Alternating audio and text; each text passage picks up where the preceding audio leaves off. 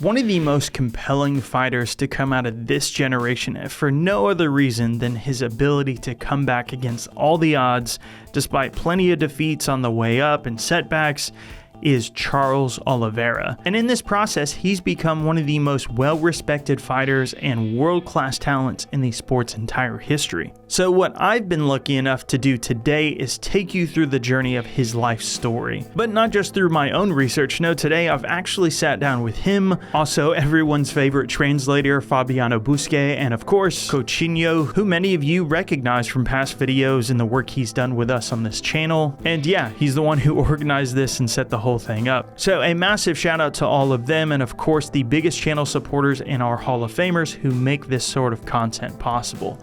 I'm Jason from MMA On Point, and here are 10 interesting facts about Charles Oliveira. Number 10, his upbringing. Charles Oliveira was born on October 17, 1989 in a favela just south of Sao Paulo called Vicente de Carvalho. He lived inside of a small house with only a single bedroom and bathroom between 6 people, including his brothers, his parents, and himself.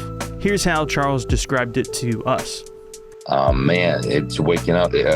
Growing up in a community, it's complicated. You think about, obviously, I've never been hungry because my parents worked 2 jobs, and which is basically study and you do things. It was hard growing up. I mean, they did everything they could for me. His mother and father, as he describes here, worked a ton despite not even being able to read. Both were just extremely hard workers. His father spent a lot of time working in their local food market selling essentials, and his mother was a housekeeper. But on top of that, his parents would recycle, and one of the more effective ways they would do this was literally going to parties and grabbing anything they could for cash for recyclables, primarily aluminum cans. Just every moment of their day was focused on trying to help their situation and sacrificing everything to provide for Charles and his brothers for a better life.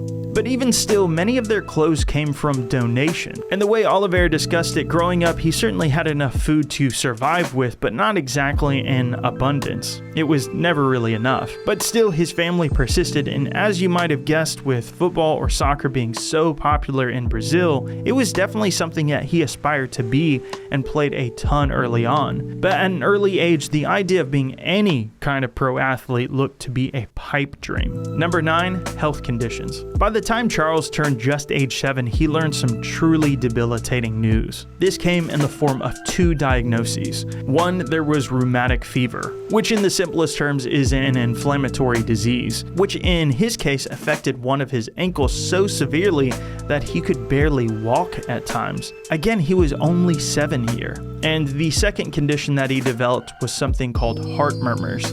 That's part of the problem of having something like rheumatic fever, because it also affects the heart directly and can affect the blood flow of the heart. So most likely that's what led to the irregular sound of his heart murmurs, hence the name. And in light of these 2 conditions, he was basically told by doctors that any types of dreams of being an athlete were highly unlikely. And it's important to note here that the doctors felt he could become even a paraplegic if things did not improve. So luckily enough for him, and as we all know and can witness today, he was able to recover over time. But if there is one thing we've learned here, nothing about his success was ever guaranteed. Number 8, his introduction to martial arts. As his condition gradually improved and sports became a part of his life again, he came to know of a gym operated by Roger Coelho, who by this point was already a decorated BJJ player, owning national championships in 2000, a brown belt in 2002 as a black belt, and by then 3 Sao Paulo championships to his name as well. He would gain many more as the years went on, but this was the kind of gym Oliveira was introduced to by a friend of his at just age 12. And the lineage of this gym is historical, with notably former UFC welterweight title challenger Jorge Coutinho. That goes straight back to the beginning of jiu-jitsu itself in Brazil, with Mitsuyo Maeda, who brought the Japanese form of the art to the shores of Brazil. So needless to say, Charles was in incredibly capable hands that would help to facilitate one of the most dangerous submission artists MMA has ever seen. And as his talents developed, he began competing, and it was in his late teen years that he was christened Du Bronx, meaning simply Charles of the Bronx, which referred to his favela upbringing by his BJJ teammates. They used to call me the Bronx when I started with jiu-jitsu, when I really started going to tournaments a little bit more. And when I was 18, that's when it really happened. So they said, well, no, man, we need something catchy. We need something different. So, I mean, you're known as a Bronx, so let's go with that. And well, it worked. It was catchy. People caught on to it, and Du Bronx stayed from then on. Fun fact, it was also around this time that the famous photo of him on a scooter in the rain came around as well. Yeah, it's so many times it ended up raining exactly when I needed the train. It's like many times, man, many times. And just real quick, how old was he then? What year around about was that? About 18, and I lost count how many times I trained like that. So then, number 7, his BJJ career. One part of Charles's career that often gets overlooked is what he accomplished before the UFC was even part of the picture. In fact, he literally quit school to pursue it shortly after realizing that this is what he wanted to do. Charles's team told us that this was when he was still just 12 or 13. And as you can imagine, his mother was very unhappy with this decision, while his father, well, surprisingly, he wasn't as against it, essentially instead recognizing his son's talent very early on and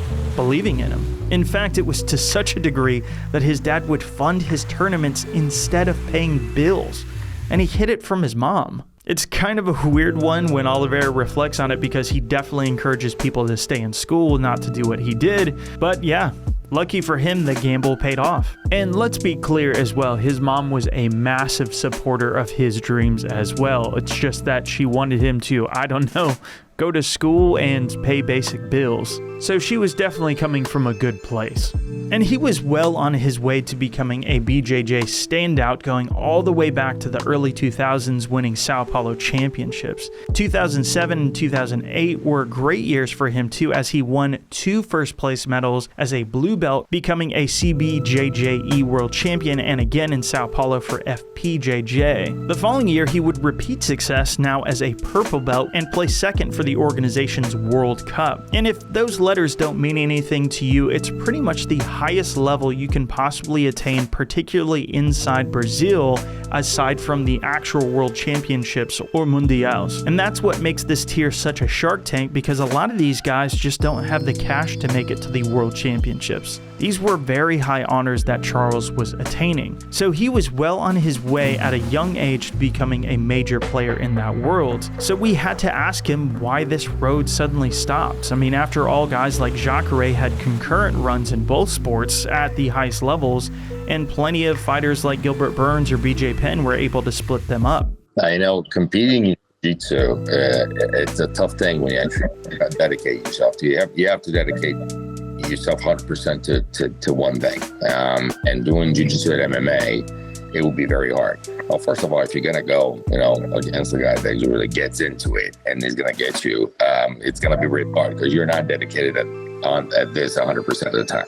And then also there's UFC. Like, whenever I try to kind of free up some time to compete, I would love to compete. I love jiu-jitsu. Get the clearance from UFC duties and everything that I have with the UFC to free up. So it's pretty evident what he had his sights set on. MMA was his goal, and sure enough, he began doing this concurrently with his first amateur fight, also in 2007. So then, number 6, beginning MMA. Oliveira's first ever fight was held on the 3rd of November 2007, which, if you are doing the math, was just a couple weeks following his 18th birthday. Funny enough, I was talking to Coutinho about this fight, and it turns out he used to train there. The name of the place is called Delphine Box Gym, and so yeah, that means Charles's first fight was certainly a far cry from the arenas we see him fill up now. And the fight itself is an outstanding example of all that BJJ experience making its impact on his career from literally day one.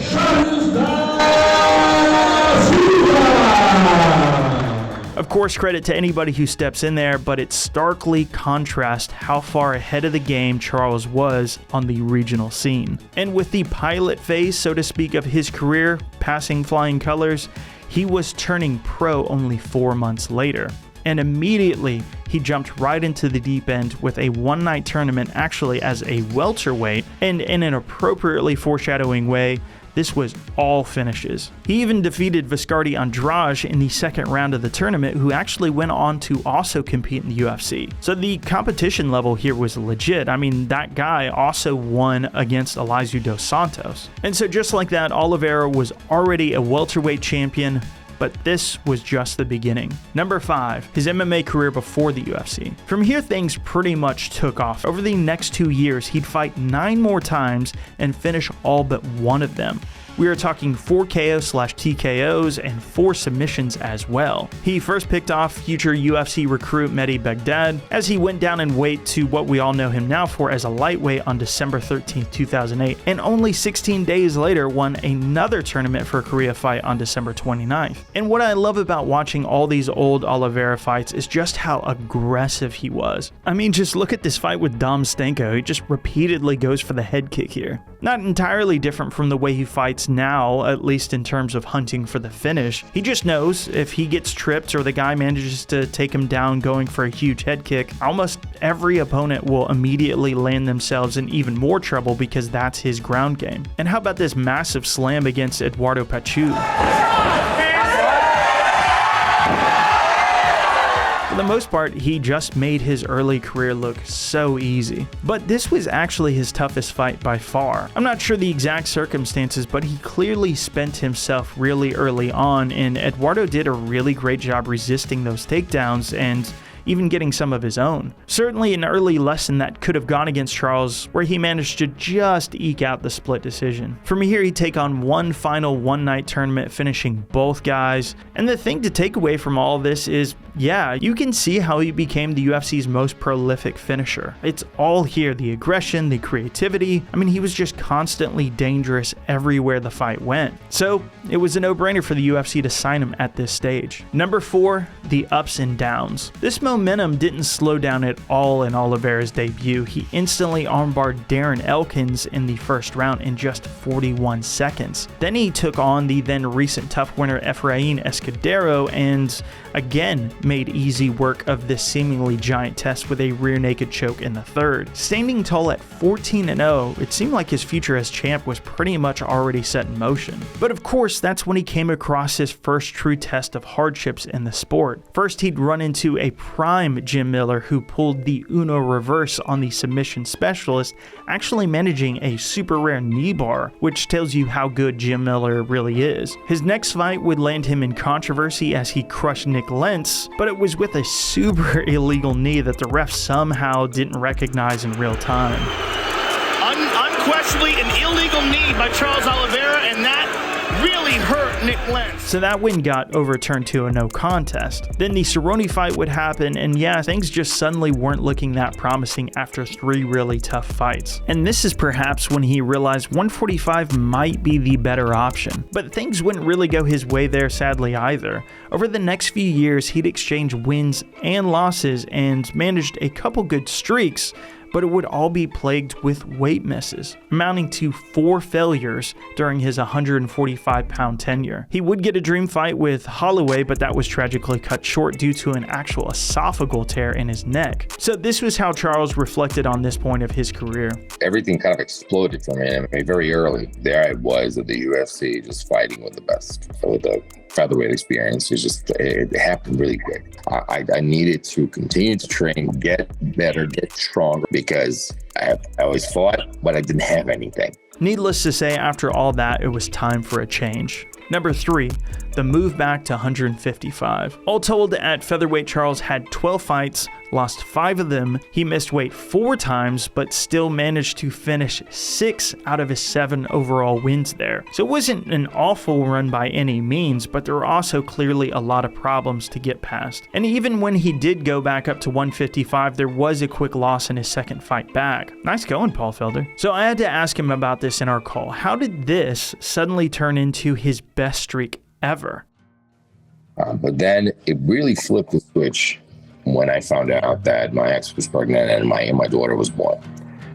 Now I had a daughter that I needed to give a great life to. So if I dedicated myself 100% to training, that's when I started dedicating myself to weight training.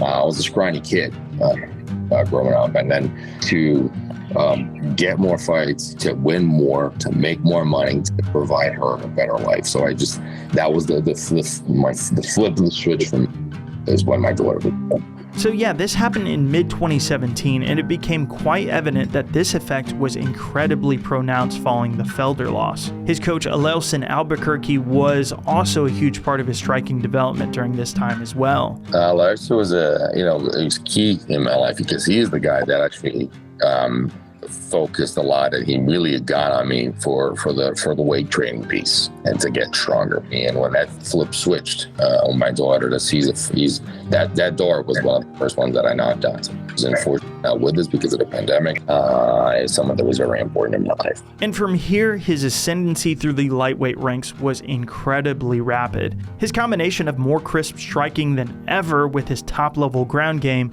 was proving to be an extremely hard puzzle to solve, and not long after that, he was dominating the division as its successor in the wake of Khabib's retirement. But one nagging issue from the past reared its head back into the spotlight.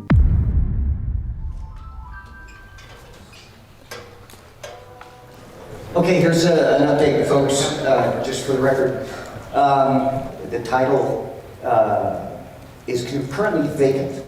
Number 2, being stripped of the title. For the final title fight of Oliveira's 155-pound reign before the Islam fight was an incredibly tantalizing fight between himself and the wrestler-turned-striker Justin Gaethje. But because of what happened during fight week, the fight itself threatened to be overshadowed entirely. For the first time in UFC history, a champion was being stripped of their undisputed title not due to a loss or some sort of PD failure or anything like that outside of the cage, but instead for missing weight. And immediately, rumors began swirling that there were issues with the scales, and not just for Charles, but others on the card too. I think the weight situation and this was, I think it was shady. I think it was shaky, man. I think it was really foul. You can't just go out there because it's not just a belt that we're talking about here. It's a legacy. It's a work 12 years of everything that I built to get to that point. So it's not just like you're not just taking a belt away. You can't just come out and then take a belt away from a guy for having done that. I've said this many times. I made weight on Thursday night, felt good about it. I was there, and I stand by my word. I made my weight on Thursday night. I did my job. To me, it was a title fight. To me, that you can take that belt away, but you make, I said this to the champion as a neck. It became more than a title fight, even more. The way things happened, the fact that to me it was a title fight, the way I won. So fans are split on this one. Many will side with Charles, while others will point to his history of missing weight. But Charles being so adamant about this, make no mistake, makes this incredibly compelling. And if it is true that the scales were this far off, it's hard not to see why he feels wronged in that scenario. But despite that, Charles still lived up to his reputation, matching the human highlight reel in terms of excitement and getting the emphatic win to cement himself at the top of the division. So finally, number 1, the first Islam fight. Many have wondered, myself included, about the night Oliveira lost his title. It may have just been as simple as Islam is that much better, but I think most at least expected the fight to be a bit more competitive, and there's been a question if it was an off night for Oliveira, especially in comparison to how he's looked since then in the Dariush fight. So I had to ask him about this. Did anything happen on that night to throw him off of his game? It's very hard for me to explain what happened that night. I look back and I can't explain to you what actually happened. What I can tell you was I had a good week, a good training camp. I had a good weight cut. I was feeling great at the arena. Everything was fine, and that turned out to a bad night. Islam was better than I was. That's what it was. Either way, his outlook is already cemented here. We're definitely more accomplished than we ever thought. And if I stopped today, if for some reason just stopped, I knew look at how far we've come. We've done so much with our careers. If I didn't fight to have achieved so much and have come so far, it's been amazing.